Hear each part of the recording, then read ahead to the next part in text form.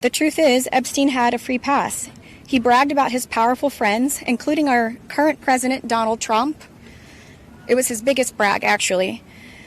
And while what I endured will haunt me forever, I live every day with PTSD. I live as a mother trying to raise my child while distrusting a world that has betrayed me. All right, folks, so we have some urgent breaking news. This is Donald Trump's worst nightmare, just absolute worst nightmare. Multiple Epstein victims are holding a press conference outside the U.S. Capitol alongside Democratic Congressman Ro Khanna, Republican Congressman Thomas Massie. And I don't know if you can see it here, Marjorie Taylor Greene is there looking onward too in support.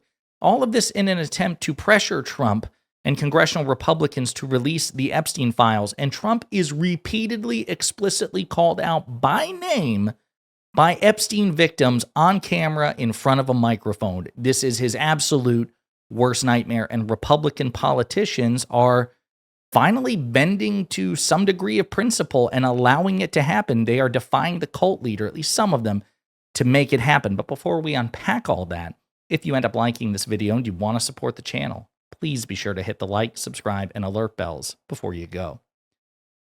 Damn, it's not good for Trump. Not good. This is going to be everywhere, and it should be everywhere, because these people have been victimized by Jeffrey Epstein and Ghislaine Maxwell, and they're looking for transparency and accountability, which means there is no good faith refuge for Trump and his MAGA acolytes to hide behind with respect to not disclosing the Epstein files. And again, Trump is repeatedly called out by name.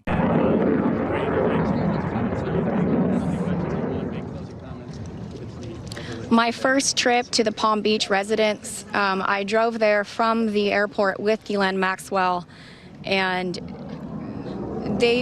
Jeffrey and Ghislaine were always very boastful about their friends, their famous or powerful friends, and his biggest brag forever was that he was very good friends with Donald Trump. He had an 8x10 framed picture of him on his desk. Folks, this is what I'm saying. That's not good. That is an Epstein victim, Shante Davis, calling Trump out by name. Again, putting the pressure on. Very smart of her to do so. Here's another clip. Listen, I don't want to send a direct message to him. I'm already scared enough. Yeah, just pass the vote. Listen to us. This is not a hoax. Like, it's not going to go away. And like I said on my speech earlier, we're not going to be silenced anymore. We will be speaking moving forward. Wherever we need to be, we will be, and we need to pass this.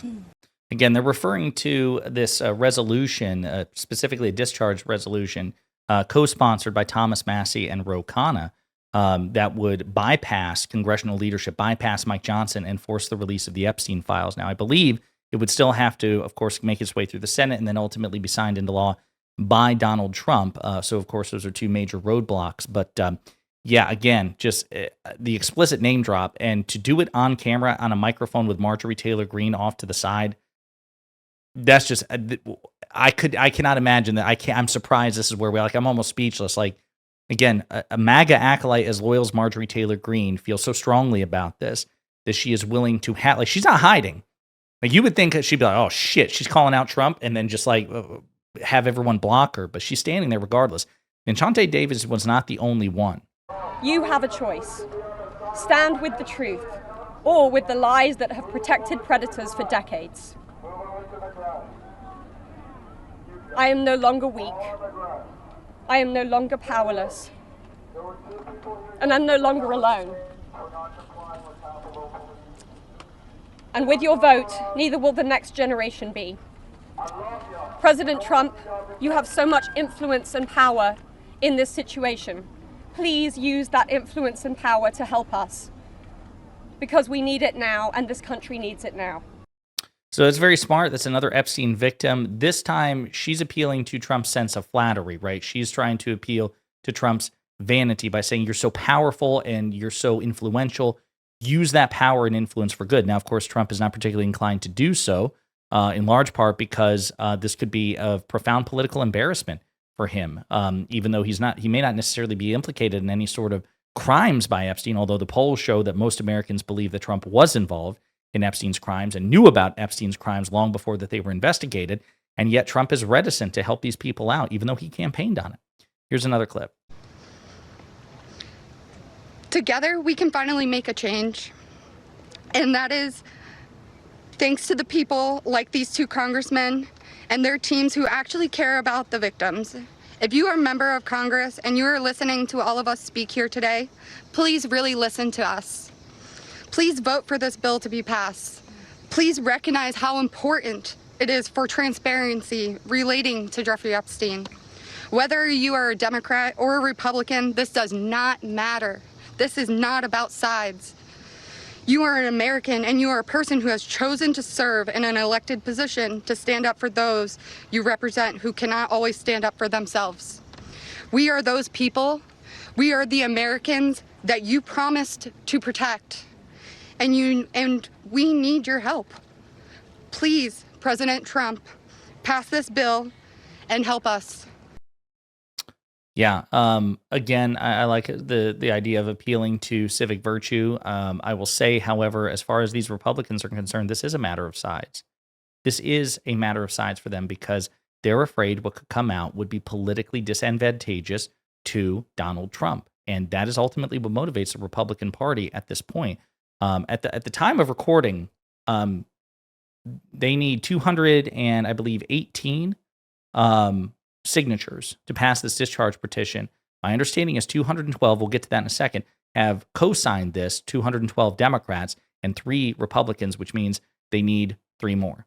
They need 3 more. And maybe that's happened between, like, as I'm recording this, 3 others have co-sponsored, but at the time of this press conference, at the time I started this recording, there were still 3 signatures down, excuse me.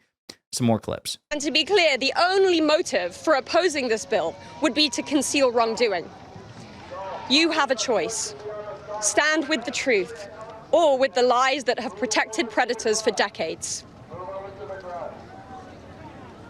I am no longer weak. I am no longer powerless. And again, that's the beginning of the clip that we first saw from her. Got one more, I believe, from another unfortunate victim of Jeffrey Epstein, and then we'll look into some of the congressional responses because Ro Khanna spoke, Thomas Massie spoke, even Marjorie Taylor Greene spoke at the same press conference. And many around him knew this, many participated, and many profited. And yet he was protected. I know what it's like to be trafficked to others. And I know that the files contain the names of powerful men who have been shielded because of their fame or their fortune. So I stand here today, not just for myself, but for every woman who has been silenced, exploited, and dismissed. Thank you. Thank you. And we are not asking for pity. We are demanding accountability.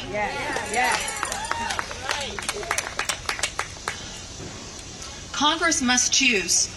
Will you continue to protect predators, or will you finally protect survivors?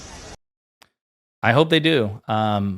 It's on the cusp, but the White House reportedly, and we'll probably cover this in a separate video, the Trump White House is working aggressively behind the scenes and through through Republican Speaker Mike Johnson to try to prevent this discharge petition from coming to fruition. Here is Republican Congressman Thomas Massie. And again, note beside him, Marjorie Taylor Greene.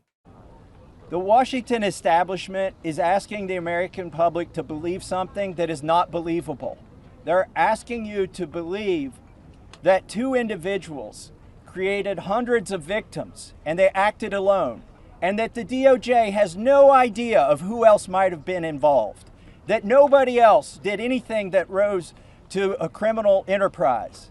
The American people know that's not true. Now, the Speaker of the House just offered a fig leaf to my colleagues. They're going to vote on a non-binding resolution today that does absolutely nothing. I appreciate the efforts of my colleague James Comer, who's leading the Oversight Committee.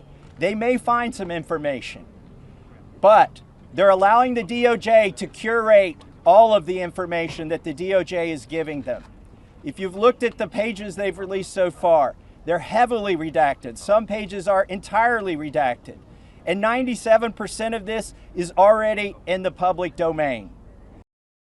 In other words, the White House and the Justice Department, in finally complying with the House oversight subpoena to again provide a fig leaf, they effectively did what the White House did earlier this year, which started this entire disaster in the first place. Remember when Attorney General Pam Bondi gave the binders, the Epstein Files Part 1, and it was all regurgitated, previously reported information?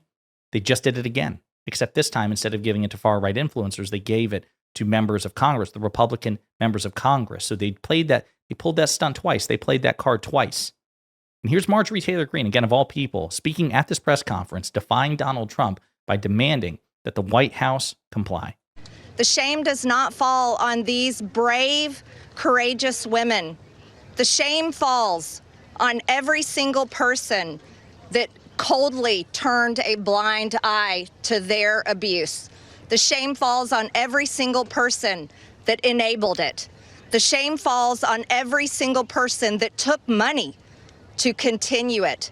And the shame falls on the people in power over the past several decades that protected the monster, Jeffrey Epstein, and his cabal that continued a nightmare. Those people deserve the shame. And today we are coming forward and we are going to fight like hell for these women, because we have to fight like hell for those that are enduring sexual abuse and are living in a prison of shame. Anyone that is being abused, it is not your fault. You should live with no guilt or fear or shame. You know, one of the tragic things about Marjorie Taylor Greene is the fact that if she weren't who she is as a person, and she was more like this, what we just heard, she would come off like a reasonable Republican. Unfortunately, she's too much of an anti-Semite and conspiracy theorist for me to consider her redeemed, to say nothing of the fact that she's an election denier and other things as well. But like, it's amazing how in like pockets you see like moments of humanity. And it's unfortunate that so much of the MAGA cult has chosen to be the way that it is. But again, she is here publicly defying the MAGA cult in a way that is really politically harmful to Donald Trump. A couple more clips. This is Thomas Massie again. I want to thank my colleague Ro Khanna for co-leading this effort to bring transparency and justice for these victims. I hope my colleagues are watching this press conference. I want them to think, what if this was your sister? What if this was your daughter? When these survivors speak, the Washington establishment is And again, it's just, unfortunately, there's no empathy within the Republican Party. There's just none. I mean, we're seeing some pockets here and there, but for the most part, it's fealty to Trump. That's the currency of the day. This is the very last clip. This is Democratic Congressman Ro Khanna. Today, as you can see, we're united in restoring trust in government. We're here not as partisans, we're here as patriots. We begin the work of bringing this country together, progressives, independents, moderates, and yes, MAGA supporters, to demand truth and justice. A nation that allows rich and powerful men to traffic and abuse young girls without consequence is a nation that has lost its moral and spiritual core. Americans are asking a very simple question. How is it possible that in the richest, most powerful country in the world, there are corrupt special interest forces, both foreign or domestic, that are preventing the release, that have a stranglehold on our government and are preventing the release of the full Epstein files? There is something that is rotten in Washington. Less than 1% of these files have been released. We are demanding today on the discharge petition that all of the files be released. We know we have 212 Democrats and we have 4 Republicans, courageous Republicans like Thomas Massie, Nancy Mace, who was so emotional yesterday after talking to the survivors, Congresswoman Boebert, and Congresswoman Marjorie Taylor Greene. We need just 2 more signatures to force the release. There you go. At the time of this press conference, not 3, 2 more are needed. We'll see what happens. But again, as we'll probably discuss in a separate video, Donald Trump and Mike Johnson are working aggressively both in public and even more so behind the scenes to try to crush this thing. But folks, this was devastating. This is Donald Trump's worst nightmare because you have multiple Epstein Maxwell victims on camera in front of a microphone, not only recounting their harrowing tale of abuse, but also explicitly calling him out by name and demanding that he take action. This is going to really sting, and you and I should make sure that we make it sting. In the meantime, let me know what you think in the comments.